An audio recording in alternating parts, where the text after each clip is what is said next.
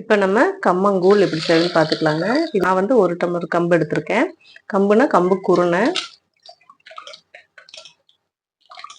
1 tumbler கம்பு குருணை எடுத்திருக்கேங்க. இது வந்து கம்பங்கூழ் செய்யறதுக்கு, இல்லைன்னா கம்பஞ்சோறு எது வேணாலும் நம்ம செஞ்சுக்கலாம். இது வந்து நல்லா தண்ணீர் ஊற்றி நல்லா கழுவி எடுத்துக்கலாங்க.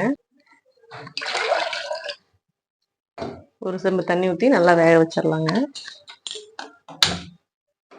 இது வந்து இப்படி வேகும் போது லைட் உப்பு போட்டுக்கலாங்க. வேகும் போது இப்படி லைட்டாக அப்படியே கிளறிக்கிட்டே இருக்கலாம்.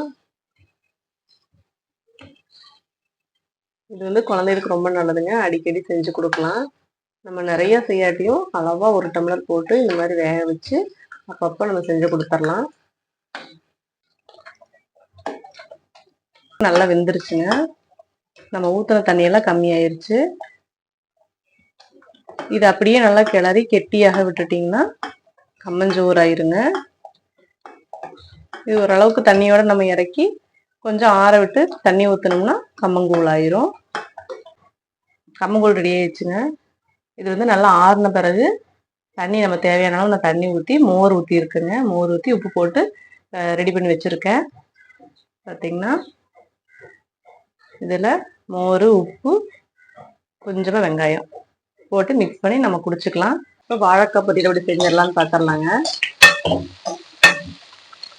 வடசட்டியில் எண்ணெய் ஊற்றிங்க. கடுகு, உளுந்து பருப்பு, கருவேப்பிலை, வெங்காயம்லாம் போட்டு வணக்கி பொடி பொடியாக நறுக்கி வச்சுருக்கேங்க. அதுக்குள்ளே போட்டு நல்லா வணக்கி எடுத்துக்கலாம். தண்ணி ஊற்றிக்கலாங்க. தண்ணி ஊற்றி உப்பு போட்டுக்கலாம். வாழைக்காயும் அதே மாதிரி பார்த்தீங்கன்னா டக்குன்னு வந்து வெந்துடும். லைட்டாக தண்ணி தெளிச்சு விட்டு அப்படியே வேக வச்சிடலாம்.